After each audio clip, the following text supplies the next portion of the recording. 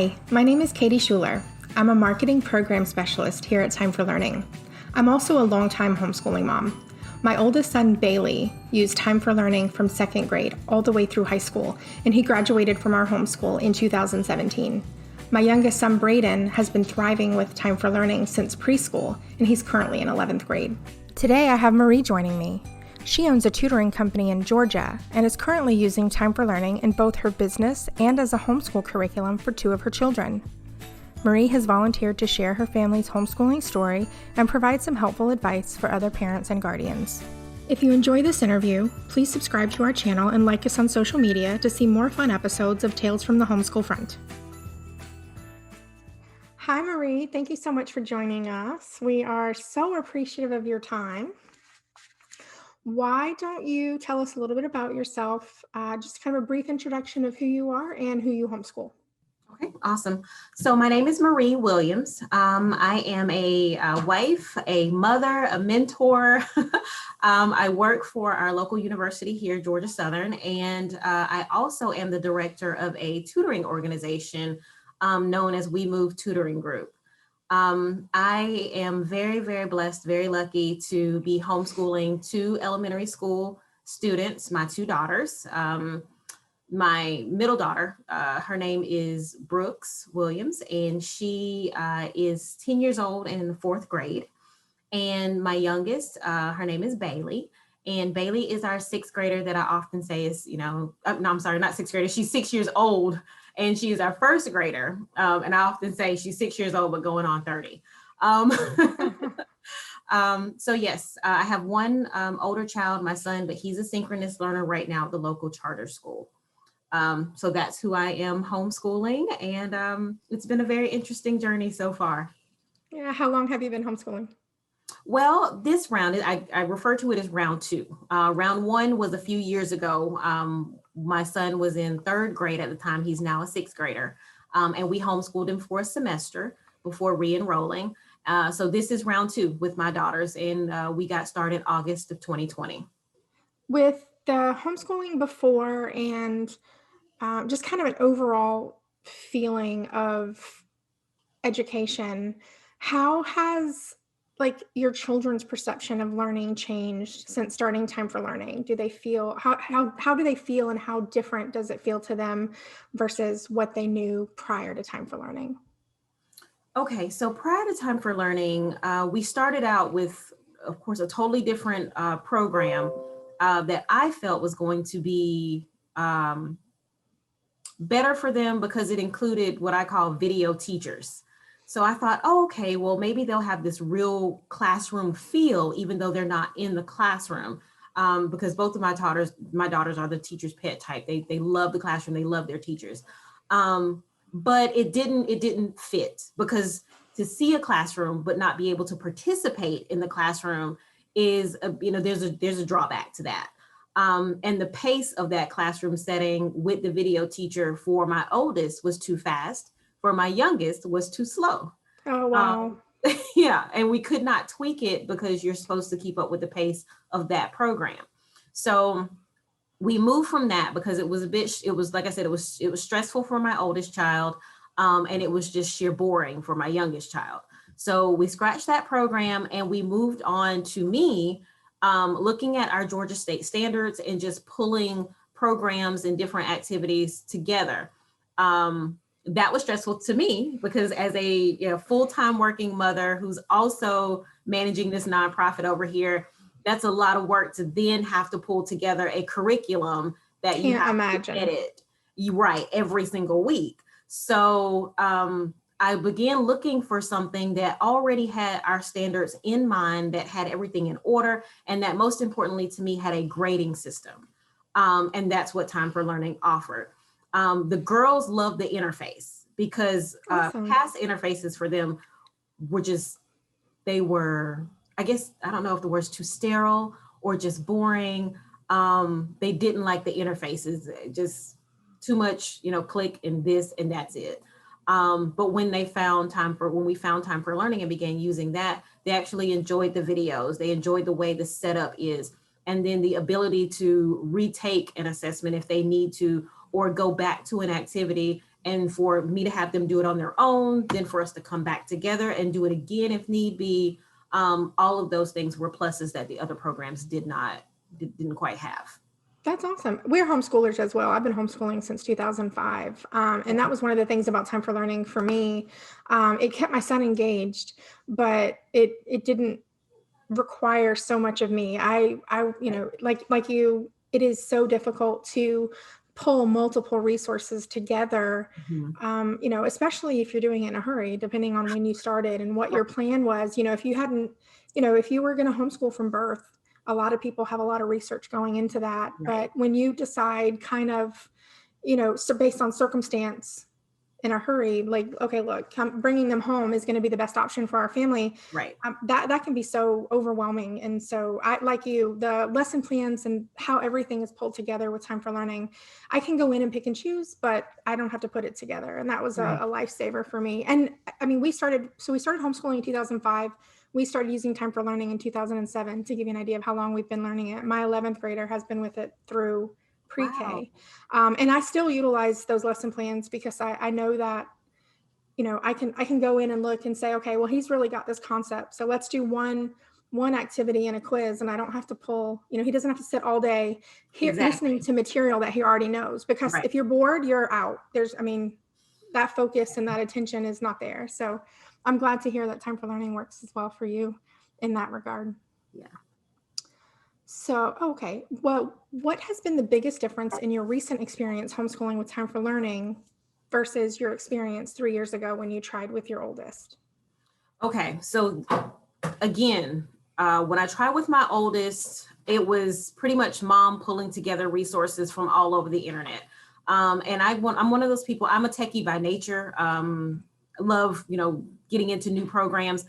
But for a child, it can be overwhelming when mom likes this program and that program and that program. And I'm pulling from all these things because I think they're all wonderful, and they may all be wonderful, but it can be overwhelming. It's jumping a lot. from program to program. It can be a lot. And where my thought process was, well, I don't want him to get bored in just one program. That's actually not the case. They need the consistency. And that's something that I learned from, 3 years ago, working with him, to now bringing it into Time for Learning. And Time for Learning provides that consistency. The fact that they can earn game time, and, any child born past 2000, I honestly believe was born with a chip in their brain, like automatic, they're into all things online, all things gaming. So to be able to earn the right to, have my break time playing this game that is in a safe environment, because that's so important these days. There's so many games out there, so many programs out there for gaming, but not all of them are safe for our elementary and our middle school age kids. But Time for Learning provides that as well. So that was the biggest difference, I think, for my child, going from kind of a hodgepodge, a myriad of different programs, and being able to focus on one. This is what we do. We do have some supplemental programs that we add to it, but it's not as much. They've still got the core that's in Time for Learning, and that keeps us on track. For me, another big plus is like I said before, the assessments and being able to pull reports. I don't have to be as frantic about keeping paper. I am not a paper person. I need things in a file, online, strategically organized and named. And Time for Learning does that for me, so that if I ever, decide to re-enroll them into public school or charter school, I can click print, and there's everything that we've done. And that allows me to breathe so much easier than trying to keep this notebook on the shelf in order. And I love that you say that, because that comes up all the time on social. So I play a large role in our Time for Learning families group on Facebook, which is a community of Time for Learning members, homeschoolers, bounce ideas, suggestions, ask questions. And one of the things that comes up all the time is, how do I know what to keep? We always defer to what your state requires. Well, many states like Georgia, you just have to keep them. There's not a turn-in or an evaluation.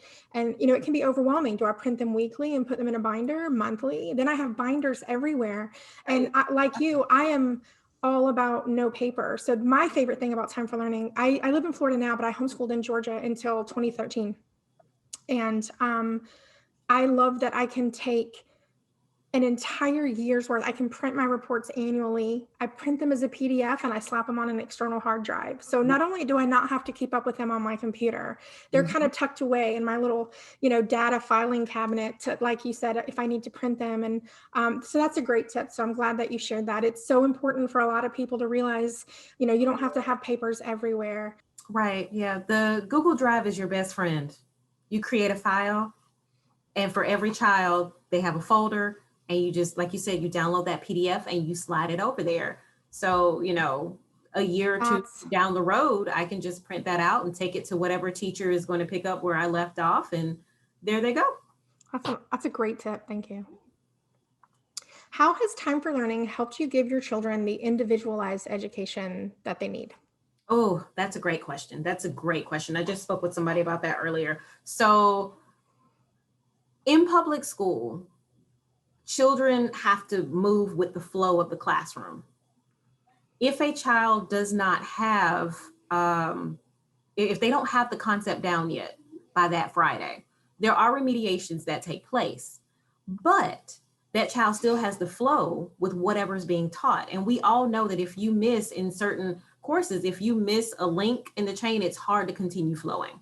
Absolutely. Well, what Time for Learning offers is we don't have to, we can of course set a pace. And I see a lot of parents who kind of get a little frantic about pacing, but it's homeschool, and it's homeschool for a reason. That's because we get to adjust the pace. We get to say, you know what, little girl, you're not quite ready to move on from that concept, whether it's multiplication or something, some grammatical point that we're trying to get across. We're not ready to move forward yet. So let's spend the next week working on this again. So I can go back to any of the Time for Learning courses that we've done and say, let's review this again together.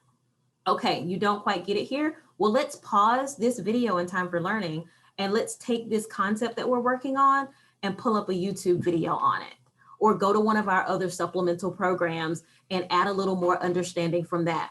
Then we go back to Time for Learning and complete the coursework or the activity, and the light bulb comes on. Time for Learning allows that pause. I'm still, moving along the fourth grade, level with her, but I'm able to take a pause and allow her to work through whatever the coursework is without the stress of you've got to get it and you only have 2 days before we take this test. Yes, I love that. I love that. My child can breathe. Tell us about your tutoring company. What motivated you to start it, and how has Time for Learning helped you in your mission? Okay, so Time for Learning has become a beautiful, beautiful thing in that mission, let me tell you. So back in 2018, my son, that was the year that we homeschooled. So we homeschooled for the third grade year, and then we put him in for the second part of the third grade year. So in that January, we put him back in. So of course, homeschool schedules and public school schedules are off. When we put him back in, we thought, oh, okay, he'll just pick up multiplication there and he'll begin with them. But they had already done multiplication the first half of that year. Wow. So, and we hadn't gotten to that yet, thinking he would get it in school, and he didn't. So at the end of that third grade school year, they wanted to retain him and have him repeat the entire grade. And we were like, we don't think he needs the entire grade. So, let us know the areas he's deficient in, and then we will work with him through the summer. You all can reassess, and then we'll go from there. At the time, I was working as an educational event specialist. I had my own company and just putting together conferences and seminars for teachers. So I had finished up with my last client and thought to myself, well, what do I want to do from here? And I noticed that when I was waiting to have that meeting with his teachers and counselors and principal, there was a slew of other families sitting outside waiting to do the same thing. So then the light bulb goes off in my head that our children in this community need some extra help, extra support. The closest Sylvan Learning Center is like 51 miles from where we live. There was no summer school, so there was nothing academic. We have wonderful recreational camps, but there was nothing academic for our children. So I decided to make what was called We Move Tutoring Group and Summer Fun. It was their summer. I wanted them to have fun with their summer.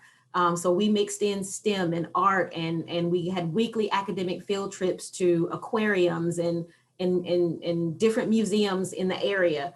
But the core of the program was centered around 4.5 hours of tutoring throughout the day. It was a full day camp. So because we live in a college town, Georgia Southern University, I thought to myself, we have this wonderful resource of over 20,000 students. What can we do? We can partner those students with a heart for volunteerism and education with our K through 5th grade at the time. We're 12th grade, up to 12th grade now, but K through 5 at the time of inception. We can partner those Georgia Southern volunteer tutors with our local students who need the help in 1.5 to 2 hour increments. They would sit with that child. The parents or grandparents would tell us what the child's academic area of need was, and they would bring hands-on activities to bear. So we had a hands-on activity 2 hour segment. Then we would have a 2 hour segment where they use online gaming, online programs to go over those things. And then we would come back and have an evening segment. And those segments were chopped up between, breakfast, lunch, dinner, recess, playtime, trips to the local library. That's why we became called We Move, because we moved around a lot. We didn't just stay in one classroom all day. Well, that sounds amazing. It Like was my heart. beautiful. It was so fun. I absolutely love, I mean, that sounds amazing. What a wonderful, I mean, to serve those families that need it, but to also help those college volunteers. And I mean, right. So much community, effort and outreach in that. I think that's beautiful. Yeah, it was great. So where I see Time4Learning coming in now that I found you all, when we go back, because we had to, of course, move virtual during COVID. But when we come back face to face, and definitely during our summer, whether we're face to face or doing it virtually still, we will be implementing Time4Learning as kind of the course path for each of our children. So when the parents tell us what area of concern they need, we will connect them with that course in Time4Learning. And that's what the tutor will use to kind of guide what they're doing throughout the semester. Because sometimes we have a lot of our most amazing male tutors come from our College of Engineering. They are wonderful, absolutely wonderful as tutors. But if you're an engineering major, that means you don't have much of an education background. Right. So Time4Learning can provide that curriculum for them. And then they just use the supplemental programs and the Pinterest activities and all of that to round out their one-on-one with that child. And that's our thing. We are one-on-one. That's incredible. I want to ask you that again, just so I can hear the story, because it was so good. I love that. It is so important to have,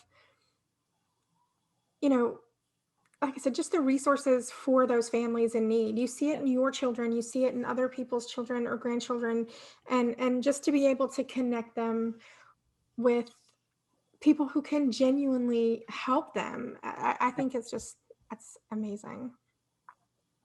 Since you use the platform with students ranging from grades K through 12, can you give us some feedback that you've received from all of them, the elementary, middle, and high school students? Okay. For my elementary school students, that's where I got the loudest opinions. Because like I said before, a lot of the other programs, especially that ones that we use for review, were very sterile. And those were the ones that kind of came as referred from the school system, where you've just got the text and then the little bubbles, and then you check that in. Well, for a first grader through fourth grader, it's just dull and boring. And when we found that first week, I remember when I found Time4Learning, and it was in another parent's comment section that I saw it and was like, oh, let me check that out. That I showed it to my fourth grader, and she was like, Mom, this is so much better. This is so much better. I was like, okay, let me nix the subscription for this one and this one if this is what you want to focus on. So I really believe that for my elementary school students, it was all about interface. If you've got a sterile textbook looking design, those elementary school kids are not there for it. They're just not. Now, our older children, late middle school, high school, they're kind of used to those those styles, but not the elementary school kids. As far as my middle school students, again, they enjoyed the videos. that came with it. And the ability for them to retake something is what really hits my middle school grades. To be able to only have to only be allowed to take something once and then you're cemented with that grade, which is what they're used to in a classroom setting, can be a little discouraging. Sure. But when you know that you have a chance to go back and to review and then to come back with a better understanding and take something again, it kind of bolsters their confidence. Absolutely. That's what I saw with that age group. Then what was the next? My high school students. Yeah, now my high school students are pretty much easily appeased across the board. They just want to do it and get done with it. They just want to do it. Right. I can say that interface was sort of a thing with them too, because they kind of got a little weary because we use Khan Academy a lot. And I think they were just over the repetition of Khan Academy. So being able to use a different software, and Time4Learning was that software, was a relief to the same old, because, when you get in high school, it's not like we can go, well, let's pull up a Pinterest activity for that. There's not a Pinterest activity for, AP algebra. I mean, that if you can find one out there, I mean, it's done at home, so you're not engaged with the teacher to ask questions. And I mean, right. Yeah, there's a whole big thing of trying to make sure that you understand it in that moment before moving on. Exactly. So, well, that's all good feedback. I have an 11th grader, and he appreciates definitely being able to retake something. We all have bad days, unfocused days. Right. We've got stuff, we've got current events, we've got weather, we've got, there's always something that can occupy your mind and pull focus away from what you're doing. Right. I that happens to me as an adult. I can only imagine how often that happens to students. So to have that one grade, like you said, cemented on a single take without really understanding, excuse me, did they not understand the material? Were they unfocused or distracted? That matters. And, it does. Being able to retake it to say, I would do that with my son. Okay, you retake it for the second time. If your score is about the same as it was the first time, let's revisit, because there's something that you're not getting. But exactly. if he does better the next time, and it's apparent that the first time was a distraction, we're moving on. It's fine. But just having that ability to continually, try to master a concept is important for anyone's, like you said, the confidence, the self-esteem, just to know that they do understand it and can move on. Right. So we talked about you and your students. What do parents say is the biggest benefit to supplementing your tutoring strategies with the Time4Learning curriculum? Reporting. I can pop that answer off just like that. Parents love the fact that we already had established a biweekly reporting system. So parents would hear from us every 2 weeks, but being able to hear from us and also see the data that comes out of the programming we're using, that put it on an entirely different level. Knowing that they don't have to, especially my parents who are new to homeschooling, knowing that they don't have to keep track of everything themselves, that our program kind of has their backs on that. And that when they're ready to re-enroll their child back in the public school system, that we can print everything off and hand it to them and say, there you go. Perfect. Go and be great. You've got go everything and be great. Yeah. Right here. Right. So that they can see the path that their child is taking. We've done these things in language arts and these things in math. These are the things that they've mastered. These are the things they need to work on. These are the strategies that we've done, we've used with your child. All of that means the sun, the moon, and the stars to our parents. That's perfect. That's great. I mean, and how important is it, like you said, to know where to continue to put attention, exactly. Weekends, summers, breaks, even when they re-enroll, these are our strengths and these are our weaknesses. And this is how you can kind of address both of those. So it's nice. Yeah. I like the reporting as a parent. Like you said, I don't have to worry about putting anything together. I don't have to keep a grade book or try to figure out, Right. Because that was hard for me. Sure. That was just like, okay, I've got to go over here and I've got to grade these things that she's done, but I got to do X, Y, and Z as well. And when am I going to have the time to pull all this together make sure it's neat and Yeah, one or two children at a time was overwhelming to me. My boys were 5 years apart, so it was always a little different in how I would have to approach what one used versus how the other one learned. But I Mhm. can't imagine doing something like that on a larger scale with more than two children. I would, I wouldn't even know where to start. So part of that is probably adjusting and leaning on Time4Learning in the way that I know that I can lean on them. It doesn't go through my mind anymore when it used to, when I was first starting out, of how am I going to keep track of all of this. But it's always great, like you said, when you tell parents who are new, step back. You don't have to do this. This is not on you. This is on us, and this is where you can spend your time.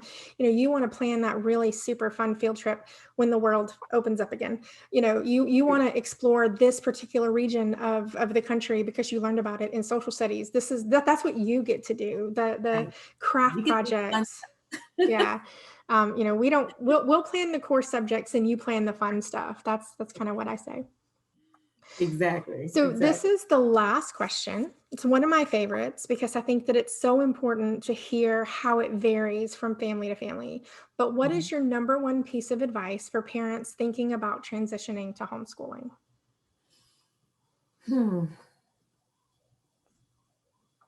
Number one, because there's so much. There's so many little tidbits. It's hard to pick just one. But I would say take confidence in the fact that you are an adult who graduated, who made it through the public school system yourself, or the charter school, whatever school system, you made it. You have whatever it is you need to transfer education to your child. And what you don't have, it's out there and it's available. All you have to do is look for it. And when you partner what you don't have with what programs like Time4Learning does have, be confident in your ability to teach your child. We're going through a very odd, stressful time right now in the world of education. And it's okay to step back from, how shall I put it, to step back from the requirements of a school system and say, let me see where my child is and what my child needs, and then go forward based on the needs of your student instead of based on the requirements of a system. Yes, make education about your child, which is what all of us want to do anyway. That's all we've ever wanted to do, is make that. So, and I tell parents that all the time. I love that you mentioned you don't have to teach it. I get that all the time. I do a lot of workshops at conventions just to encourage other homeschool parents. And that's probably one of the top questions that we get is, how am I going to teach physics or chemistry? Honey, you don't have to. I mean, I couldn't. There's no possible way. My 11th grader is absolutely enthralled with physics right now. I'm out. I mean, I know that I went to high school, went to college. I know the science that I took, but it wasn't related to majors. I certainly didn't go into any advanced science. My job isn't to teach those subjects. It's to facilitate them learning those subjects. And like you mentioned, you find materials, you find resources, you find curriculum, you find tutors, you find mentors. That's what I need to do as a parent. I don't have to teach them this. I need to make sure that they learn this. So I love that you also build your village. Yes. Build your village. So that was the last question. Marie, it was absolutely my pleasure speaking with you today. I love what you had to say. I love how encouraging and positive you were. I know that that's going to make such a huge difference with parents because, we want to hear from other parents when we feel like this is something that is so beyond our realm of capability. We want to hear from other parents. Yeah. And everybody is so different. I remember trying to connect with parents who followed a rigid schedule. They had a classroom at home. They had subject planned out by day. They had periods in their day. And I was in awe of them. But I was looking at my kid who was wearing the same PJs from 3 days ago and a Minecraft box on his head. I'm not that mom. how am I going to do this? So it's so important to share what we learn with one another and to Right. kind of build that homeschool community. And you had just some amazing inspirational insight. So thank you so much. Oh, well, thank you all for having me. It's been really fun. It's been really enjoyable. I appreciate the opportunity. That's it for today's episode. If you're interested in learning more about our homeschooling program, please visit time4learning.com or email me at the address on the screen. We're happy to connect you with a wealth of information like videos, resources, and blog articles. Until next time.